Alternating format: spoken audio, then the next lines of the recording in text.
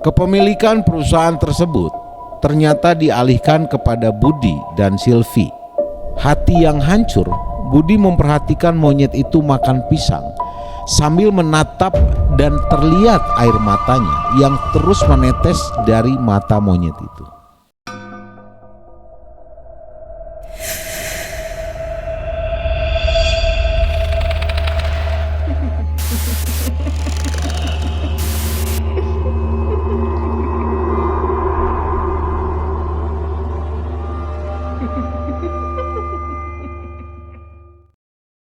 Assalamualaikum warahmatullahi wabarakatuh. Selamat malam sobat Malam Mencekam. Jumpa lagi dengan saya di sini bersama Yudi dan tim Malam Mencekam yang akan kembali mengawal sebuah kisah yang horor dan mencekam tentunya. Terima kasih buat sobat Malam Mencekam semua yang sudah mendukung channel ini, yang sudah mengklik video ini dan menonton video ini. Dan selamat juga buat Anda yang mungkin saat ini sedang melaksanakan ibadah puasa ya di bulan Ramadan tahun 1442.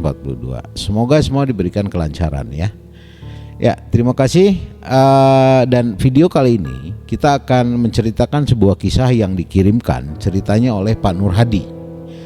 Pak Nur Hadi ini tinggal di Sumedang ya, dan cerita ini dikirim Pak Nur Hadi ketika beliau menjadi seorang supir pribadi dari bosnya.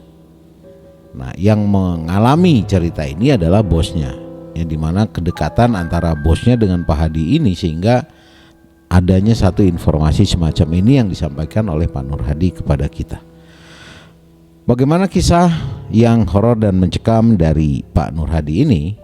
Jangan kemana-mana dan simak terus Malam Mencekam.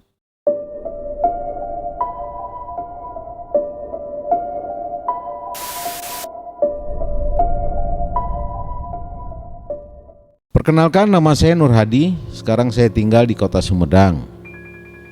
Saya akan menceritakan sebuah kisah yang dialami oleh bos saya saat saya masih bekerja sebagai supir pribadinya di tahun 1997 kejadiannya. Sobat Malam Cekam sekalian, kita jangan pernah main-main dengan yang namanya pesugihan ya, apalagi yang meminta tumbal. Nah, kali ini pesugihan yang dilakukan di sebuah pulau yang terkenal dengan nama Pulau Monyet. Tentunya semua orang sudah tahu bahwa ketika seseorang mengikrarkan diri kepada setan, maka harus mau terima konsekuensinya. Akan ada tumbal yang harus dikorbankan. Namun jika tidak dilaksanakan, petaka pun akan datang menghampiri, entah secara perlahan ataupun secara langsung. Seperti halnya kisah Pak Budi selaku bos saya. Saat ini usia Pak Budi itu 52 tahun, yang akhirnya harus merelakan nyawa dan menumbalkan cucu pertamanya yang sangat disayanginya hanya untuk merasakan kekayaan, kejayaan dunia akibat ritual pesugihan yang dilakukannya. Cerita ini berawal saat Pak Budi usia 35 tahun. Waktu itu tinggal di salah satu provinsi terbesar di Pulau Sumatera. Jatuh bangun dalam usaha dan jualan pun sudah sering dialaminya. Sampai akhirnya Pak Budi memutuskan untuk bekerja saja sama orang lain dengan menerima gaji agar bisa bertahan hidup. Didorong keinginan yang besar untuk menjadi orang sukses, Pak Budi pun bekerja dengan sungguh-sungguh di sebuah perusahaan minuman sirup manis di kotanya.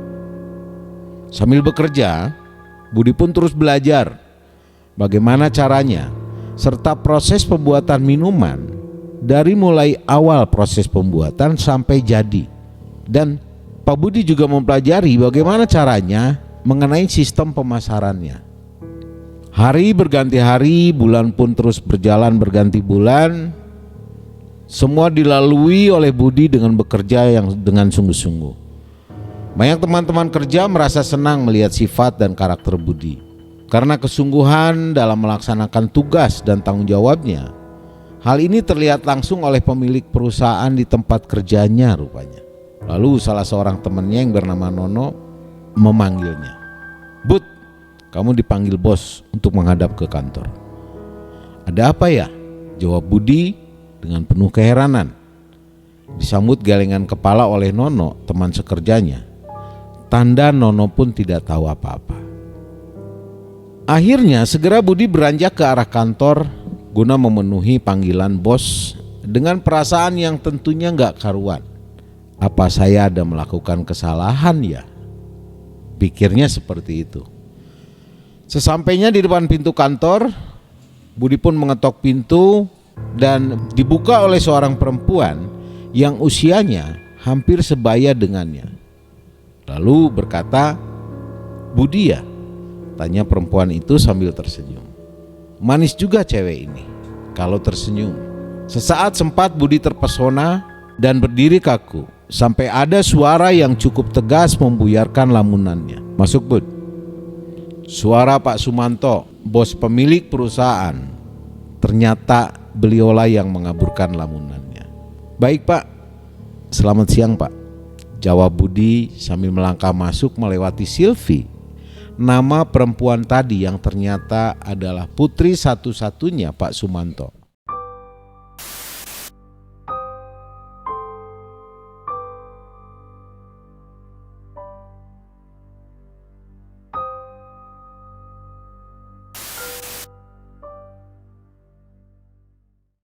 Sempat sesaat mereka beradu pandang yang membuat keduanya jadi salah tingkah. Sobat Malam Mencekam, terlihat Budi dan Pak Sumanto sedang mengobrol. Dan obrolan pun berlangsung beberapa saat di antara mereka berdua. Lalu dengan alasan dan pertimbangan yang kuat, akhirnya Pak Sumanto menyampaikan langsung keputusannya saat itu juga. "Bud, jadi saya putuskan, mulai hari ini, kamu saya angkat menjadi pengawas pabrik secara keseluruhan. Bapak harap kamu tidak menolak kesempatan baik ini," tegas Pak Sumanto. "Mengingat usia dan kondisi saya yang sudah mulai menurun staminanya," lanjut Pak Sumanto. Singkat cerita, akhirnya Budi pun menerima tawaran tersebut dan berjanji akan melaksanakan tugas dan tanggung jawabnya dengan sebaik-baiknya. Keesokan harinya, Budi bekerja dengan tugas yang lebih berat serta harus mengawasi kurang lebih 125 karyawan dan staf yang ada di perusahaan.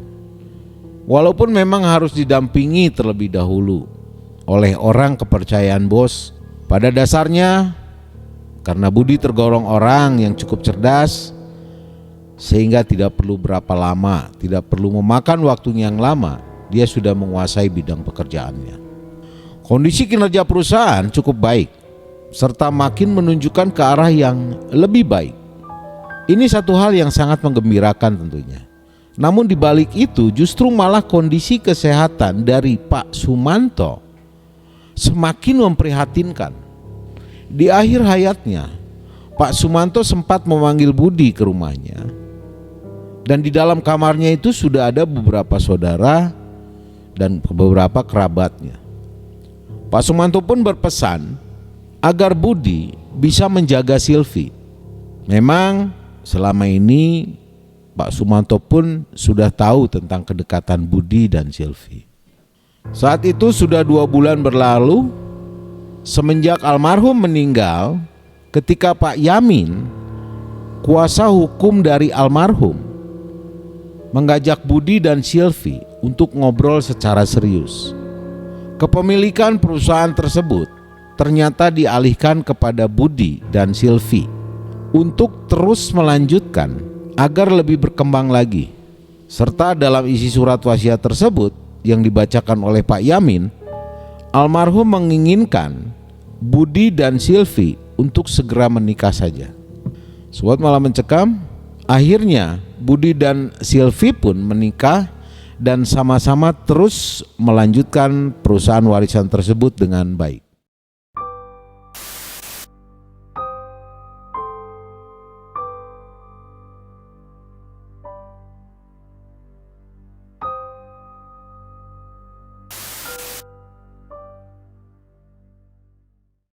"20 tahun sudah berlalu dan saat itu Budi sudah dikaruniai 2 orang anak laki-laki dan 1 cucu laki-laki yang paling disayangi oleh mereka. Awalnya, usaha Budi baik-baik saja sebelum munculnya beberapa pesaing baru di produk yang sama. Lalu Budi harus menerima pengalaman yang pahit dan belum bisa dia terima keadaannya, di mana omset penjualan itu menurun drastis hingga Budi memiliki hutang yang cukup besar ke salah satu bank yang ada di kotanya.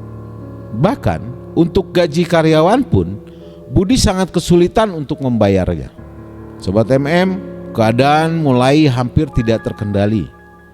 Masalah demi masalah terus datang silih berganti. Kondisi rumah tangga pun mulai terancam. Banyak yang sudah Budi lakukan, namun berujung buntu tanpa ada solusi. Dalam kondisi tidak menentu seperti itu, tanpa diduga Budi bertemu dengan salah satu teman lamanya. Dan singkat cerita, mereka ngobrol-ngobrol, lebih mengarah kepada topik diskusi. Dan dengan terkejutnya, temannya ini malah menganjurkan Budi untuk melakukan pesugihan saja. Jarak tempat pesugihan itu tidak terlalu jauh letaknya dari kota Budi tinggal, yaitu di sebuah pulau yang dihuni banyak hewan monyet. Budi berpikir dan awalnya Budi menolak anjuran saran dari temannya ini. Namun setelah obrolan yang sangat serius, Budi tidak mendapatkan solusi yang lain. Hanya pesugihanlah satu-satunya cara yang pada akhirnya Budi mau melakukan pesugihan itu. Sobat MM, hanya hitungan bulan setelah Budi melakukan pesugihan itu, keadaan perusahaan Budi kembali membaik, bahkan lebih maju lagi secara ekonomi. Semua berlangsung dengan sangat pesat. Jelas saja, hal ini membuat Budi sangat puas. Kekayaan, harta, dan uang semakin berlimpah, dan semuanya dapat dinikmati bersama keluarganya. Namun ada hal yang perlu diketahui, bahwa sebenarnya di hari-hari yang dilewati oleh Budi memendam rasa yang membuat hatinya remuk dan hancur, dikarenakan dosa yang terus-menerus menghantuinya setiap hari. Hal ini tidak diketahui oleh siapapun termasuk keluarganya, bahwa Budi sudah dengan tega menukar kebahagiaan dunia yang sesaat dengan mengorbankan nyawa cucu kesayangannya. Di mana 2 minggu semenjak Budi melakukan pesugihan, cucu kesayangannya itu, cucu Budi satu-satunya jatuh sakit, dan naasnya cucunya meninggal dunia di hari itu juga. Setiap malam Budi sering menangis dan tidak bisa tidur mengingat apa yang sudah dia lakukan.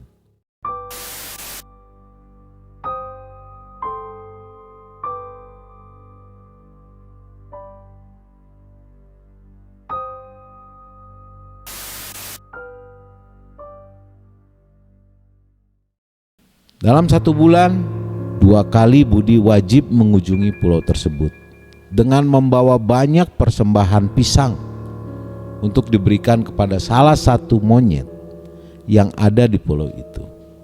Dan setiap kali Budi berkunjung, monyet itu selalu datang menyambutnya dengan kondisi hati yang remuk, hati yang hancur. Budi memperhatikan monyet itu makan pisang sambil menatap, dan terlihat air matanya yang terus menetes dari mata monyet itu. Nasi sudah menjadi bubur. Budi sudah sangat berdosa dan menjadi manusia yang keji, karena demi meraih sebuah kesuksesan dunia, dengan tega Budi mengorbankan satu-satunya cucu kesayangannya. Telah dijadikan tumbal pesugihan di pulau monyet tersebut, dan sudah berubah wujud menjadi seekor monyet. Kisah perjalanan hidup yang tragis yang dialami Budi demi kekayaan dunia yang hanya sesaat saja, sudah dengan teganya menukar dengan nyawa cucu kesayangannya. Astagfirullahaladzim. Jangan kita tertipu dengan dunia. Siapa yang menipu kita? Yaitu setan. Dengan segala cara di dunia ini kita ditipu oleh setan. agar bagaimana kita lupa dengan akhirat. Masya Allah, la ilaha illallah, hanya kepada Allah saja tempat kita meminta dan berlindung. Hanya Allah saja yang berkuasa. Ketika seseorang atau katakanlah Budi yang pada saat ini menginginkan sebuah keberhasilan dalam usahanya, sebuah kesuksesan ataupun kejayaan di dunia ini, dan pada saat itu Budi pun jauh sekali dari Allah Subhanahu wa taala, jauh dari agamanya. Apa yang terjadi? Di situ mulai masuk tawaran-tawaran, mulai adanya ide-ide yang bersifat tidak baik. Alam berpikir Budi itu didrive untuk berpikir untuk mengambil sebuah keputusan dan menyetujui apa yang disarankan oleh temannya, yaitu mengambil sebuah pesugihan. Yang tragis lagi adalah demi keberhasilan dunia, demi mencapai dunia, demi harta di dunia, Budi mengorbankan cucu kesayangannya sebagai tumbal, ditukar dengan kekayaan dunia. Seperti kita lihat tadi, kita dengar tadi ceritanya, ketika Budi harus wajib 2 minggu sekali datang ke pulau monyet tersebut, dan dia berjumpa dengan salah satu monyet, yang monyet itulah adalah wujud daripada cucunya yang ditumbalkan. Kita sudah bisa bayangkan betapa hancur dan pilunya hati Budi melihat cucu satu-satunya yang disayanginya sekarang berubah jadi monyet karena tumbal. Jangan sampai ini terjadi dengan kita. Jangan sampai dunia inilah menipu kita. Proses semua harus melalui sebuah proses. Jadi tidak ada yang instan tiba-tiba harus jadi kaya raya. Dengan kondisi dan keadaan apapun, kita harus tetap bersyukur. Karena kelemahan manusia adalah tidak adanya rasa bersyukur. Tetap berdoa dan selalu berlindung serta minta pertolongan hanya kepada Allah Subhanahu wa taala. Mari kita sama-sama ambil hikmah yang positif dari cerita ini. Semoga Malam Mencekam bisa membantu kita semua untuk saling mengingatkan agar kita tidak jauh, tidak kufur, dan kita tetap selalu bergantung hanya kepada Allah Subhanahu wa taala saja.